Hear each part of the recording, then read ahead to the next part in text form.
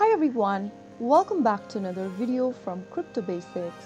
In today's episode, we will be learning how to change your password on BitPay.com account. To change your password on BitPay, first of all open your web browser on your computer, or you can also open up BitPay application on your preferred mobile device or your computers.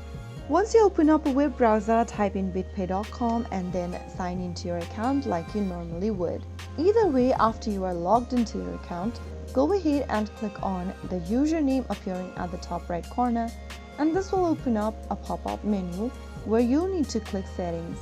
Under Settings, click on Security.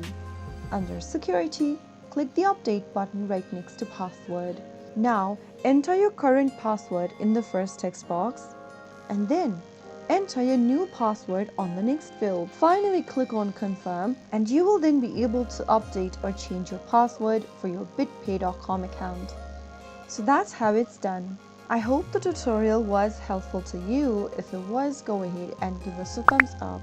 Don't forget to subscribe to our channel by hitting the subscribe button. Press the bell icon so that you'll never miss another upcoming upload from us. I will be back again in the next video. Thank you for watching.